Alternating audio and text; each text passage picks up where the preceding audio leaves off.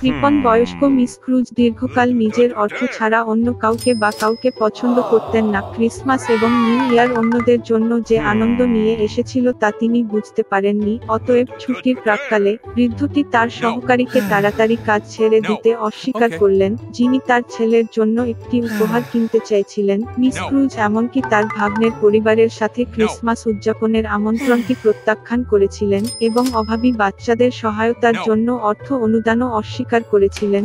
সন্ধ্যার দিকে বৃদ্ধ লোকটি অফিস বন্ধ করে বাড়িতে চলে যায় এবং তারপরে তার শোবার ঘরে অদ্ভুত জিনিসগুলি ঘটতে শুরু করে। কোথাও থেকে বাতাস বইছিল, বজ্রধ্বনি হচ্ছিল। হঠাৎ তার ক্রিসমাসের প্রেতাত্মা শেষ ক্রিসমাসে মারা গিয়েছিল। ফ্রন্ট মিস ক্রুজ খুব ভয় পেয়েছিল এবং বুঝতে পারছিল না কি হচ্ছে। স্পিরিট বলেছিল যে মৃত্যুর পরে তাকে তার জীবদ্দশায় ভালো কাজ না করার এবং লোকদের সহায়তা না করার জন্য শাস্তি দেওয়া হয়েছিল। তিনি চাননি যে বুড়ো মানুষটি একই পরিণতি ভোগ করবে, তাই তিনি স্ক্রুজকে সতর্ক করেছিলেন যে আরো 3টি ভূত শীঘ্রই তার সাথে দেখা করবে। এই কথার পরে আত্মা অদৃশ্য হয়ে গেল।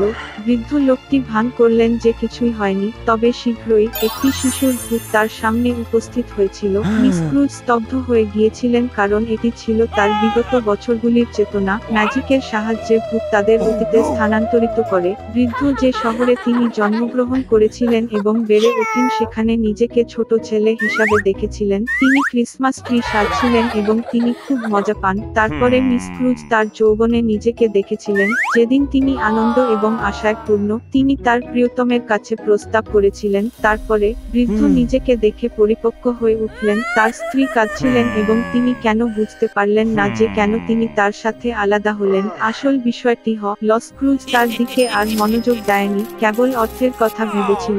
বুড়ো বাইরে থেকে এই রকম নিজের দিকে তাকাতে পারেনি এবং ভূতকে তাকে ফিরিয়ে দিতে বলেছিল। আত্মা অবশেষে অদৃশ্য হয়ে গেল, তবে তার জায়গায় আরো একটি ভূত উপস্থিত হয়েছিল। বড়দিনের আগের দিন তিনি স্ক্রুজকে তার সহকারীদের বাড়িতে নিয়ে যান। পুরো পরিবারটি একটি দুর্বল টেবিলে বসেছিল। বৃদ্ধ লোকটি নিশ্চিত ছিল যে তারা সকলেই তাকে ঘৃণা করে, তবে তিনি নিশ্চিত হয়েছিলেন যে এটি এমন ছিল না। সহযোগী মিস ক্রুজের স্বাস্থ্যের জন্য একটি টোস্ট অফার করেছিলেন এবং তার স্ত্রী খুব স্বেচ্ছায় টোস্টে যোগ দিয়েছিলেন এবং তখন বৃদ্ধ লোকটি লক্ষ্য করলেন যে তার সহকারীটির পুত্র অসুস্থ। স্ক্রুজ সন্তানের জন্য দুঃখিত এবং তার আচরণের জন্য লজ্জা পেয়েছিল। অতঃপর ভূত বৃদ্ধাকে তার ভাগ্নির বাড়িতে নিয়ে গেল। তার পুরো পরিবার ছুটির দিনে খুশি ছিল। সবচেয়ে বড় কথা, তারা মিস ক্রুজের জন্য টেবিলে একটি আসন রেখেছিলেন। বৃদ্ধটি এটি দেখার আশা করেনি। তিনি সর্বদা ভাবেন যে পুরো পরিবার তাকে ঘৃণা করে। অবশেষে ভূত অদৃশ্য হয়ে গেল, তবে ভবিষ্যতের বছরগুলির আত্মা তার জায়গায় উপস্থিত হয়েছিল। তিনি মিস ক্রুজকে তার নিজের জানাজায় নিয়ে এসেছিলেন। প্রত্যেকে বলেছিলেন যে অবশেষে বৃদ্ধটি মারা গেলে তাদের পক্ষে সহজ হয়ে ওঠে, তবে তিনি বুঝতে পেরেছিলেন যে তার পুরো জীবনে তিনি কারো মঙ্গল করেননি। তারপরে স্ক্রুজ তার সহায়তাকারী ছেলের সমাধিতে ফুল নিয়ে যেতে দেখলেন। বৃদ্ধ লোকটি আর এটি দেখতে পারল না এবং ভূতকে তাকে ফিরিয়ে আনতে বলল। তৃতীয় আত্মা অদৃশ্য হয়ে গেল এবং স্ক্রুজ আবার ঘরে ফিরে এল। বৃদ্ধটি অবশেষে আরো ভালো জন্য পরিবর্তন করার সিদ্ধান্ত নিয়েছে। ভাগ্যক্রমে তিনি দেখতে পেলেন যে সময়টি কয়েক ঘন্টা ফিরে গেছে। মিস ক্রুজ 1 মিনিট নষ্ট করার সিদ্ধান্ত নিলেন। তার তখনও সমস্ত কিছু পরিবর্তনের সময় ছিল। বৃদ্ধা আসন্ন ক্রিসমাস সম্পর্কে আন্তরিকভাবে খুশি ছিল। তিনি সর্বাধিক ব্যয়বহুল এবং চর্বিযুক্ত টার্কি পাঠিয়েছিলেন তার সহকারী বাড়িতে। এরপরে স্ক্রুজ সাহায্যকারীর পুত্রকে একটি উপহার পাঠিয়েছিল এবং দাতব্য প্রতিষ্ঠানের জন্য প্রচুর অর্থ দান করেছিল। এরপরে বৃদ্ধা তার ভাগ্নের সাথে ক্রিসমাস উদযাপন করতে গিয়েছিলেন, যেখানে পুরো পরিবার তাকে স্বাগত জানায়। পরের দিন স্ক্রুজের সরকারি কাজ করতে এসে তিনি তার বেতন বাড়িয়েছিলেন। তার ছেলের জন্য বৃদ্ধা গডফাদার হয়েছিলেন। মিস ক্রুজ ছেলেটিকে সর্বোত্তম সম্ভাব্য চিকিৎসা দিয়েছিলেন এবং তিনি একটি সুস্থ জীবন উপভোগ করে চলেছেন। সেই থেকে কৃপণ বয়স্ক লোকটি শহরের বিনয়ী এবং সবচেয়ে উদার ব্যক্তি হয়ে ওঠে এবং সর্বজনীন প্রেম এবং সম্মান অর্জন করে। একসময় এক বয়স্ক মিলার ছিল যার 3 ছেলে ছিল। যখন মিলার মারা গেল, তখন তিনি তার ছেলেদের একটি মিল, গাধা এবং একটি বিড়াল রেখে গেলেন। সবচেয়ে বড়টি মিলটি পেয়েছে। মাঝখানে গাধা পেয়েছে এবং সবচেয়ে কনিষ্ঠকে বিড়ালটি নিতে হয়েছিল। বড় ভাইরা তাকে দেখে হেসেছিল, তবে বিড়ালটি প্রতিশ্রুতি দিয়েছিল যে যদি সে তার জোড়া ভাইকে একটি জুতো এবং একটি ব্যাগ দেয় তবে তিনি তার ছোট ভাইকে ধনী করে তুলবেন। মালিক অবাক হয়েছিলেন, তবে বিড়ালের অনুরোধটি পূরণ করেছিলেন। পালফিল্ড বিড়াল তৎক্ষণাৎ তার পিছনের পায়ে বুটগুলি টানল, বস্তার মধ্যে ওট এলে এটি কাঁধের উপরে ফেলে দিল এবং শিকারে গেল বনে। ব্যাগটি খুলে মাটিতে ফেলে দিল এবং নিজেকে ঝোপায় লুকিয়ে রাখল। তাকে আর অপেক্ষা করতে হয়নি। একটি কৌতূহলী খরগোশ বস্তার দিকে ঝাঁকুনি দিয়ে ওটে ওটে উৎসবের জন্য উঠে গেল এবং বিড়ালটি কেবল তার জন্য অপেক্ষা করছিল। সে ঝাঁকুনা থেকে লাফিয়ে বেরিয়ে গেল, ব্যাগটি শক্ত করে কাঁধে তুলেছিল এবং রাজকীয় দুর্গে গেল। সে দেশের রাজা ভালো খাবারের এক মহান প্রেমিক ছিলেন। বিড়াল তাকে গভীরভাবে প্রণাম জানালো, খরগোশটি হস্তান্তর করল এবং বলল যে এটি তার মাস্টার মার্কুইস ডি কারাবাসের উপহার। রাজা এই আশ্চর্য হয়ে আনন্দিত হয়েছিলেন। বিড়াল প্রকৃত মহামানবের মতো মাথা নত করে রাস্তায় ধাক্কা মারল।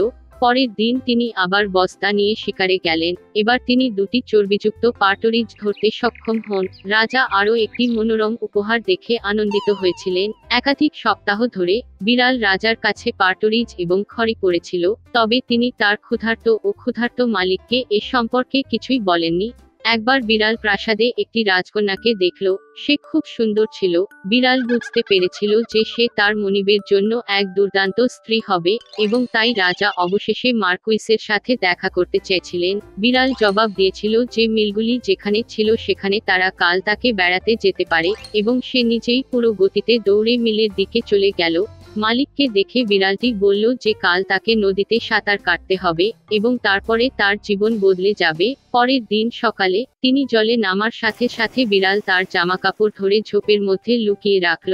এই মুহূর্তে রাজকীয় গাড়িটি রাস্তায় হাজির। বিড়ালটি লাফিয়ে রাস্তায় উঠল এবং তার ফুসফুসের শীর্ষে চেঁচিয়ে বলল, আমাকে বাঁচাও, সাহায্য, মার্কুইস ডি কারাবাস ডুবে যাচ্ছে।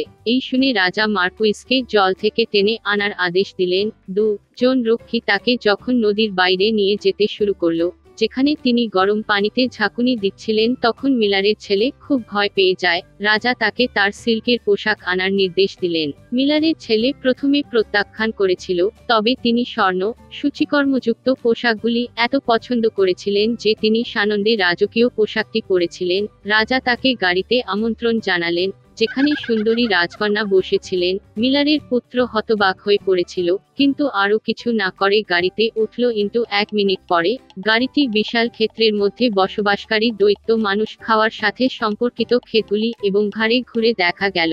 বিড়াল কোনো সময় নষ্ট করেনি এবং আত্মা কি ছিল তা গাড়ির সামনে দিয়ে ছুটে গিয়ে ঘোষের দিকে এগিয়ে গেল, যেখানে কাটাররা তাদের ব্রাউটের ঘামে কাজ করছিল।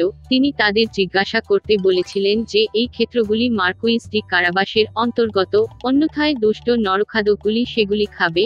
বিস্মিত ছেলেরা উত্তর দিতে পারার আগেই রাজার গাড়িটি টেনে নিয়ে গেল এবং রাজা যখন জিজ্ঞাসা করলেন তারা কাদের ঘাটগুলি, তারা একটি বন্ধুত্বপূর্ণ কোরাস উত্তর দিয়েছিল যে এই ক্ষেত্রগুলি মার্কুইস ডি কারাবাসের অন্তর্ভুক্ত। এদিকে বিড়ালটি সরাসরি মানব খাওয়ার দুর্গে চলে গেল।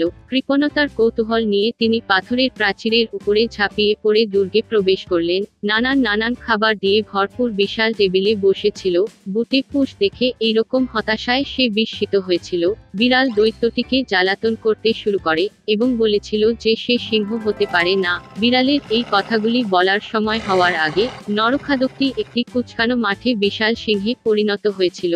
ভয় বিড়ালটির আত্মা তার বুটগুলিতে উকে পড়েছিল, তবে তিনি এটি পরাভূত করে বলেছিলেন যে নরখাদক কখনোই ইঁদুর হিসাবে পরিণত হতে পারে না। ভয়ানক সিংহ অদৃশ্য হয়ে গেল এবং তার জায়গায় একটি ছোট্ট ইঁদুর উপস্থিত হল এবং বিড়ালটির কেবল এটির প্রয়োজন ছিল। চোখের পলকে তিনি মাউসটি ধরেছিলেন এবং এটি খেয়েছিলেন। এই সময়ে রাজকীয় গাড়ি দুর্গের উঠোনে প্রবেশ করেছিল। গাড়ির দরজা খোলার সাথে বিড়াল নম্রভাবে মাথা নত করলেন এবং বললেন যে তিনি মার্কুইস ডি কারাবাসের দুর্গে সবাইকে দেখে খুশি হয়েছিলেন। এই কথাগুলি শুনে আশ্চর্য হয়ে কে আর অসার ছিল তা বলা মুশকিল। রাজা বা মিলারের পুত্র, যিনি ইতিমধ্যে কিছু বুঝতে পারেননি, বিড়াল অতিথিদের টেবিলে নিয়ে গেল।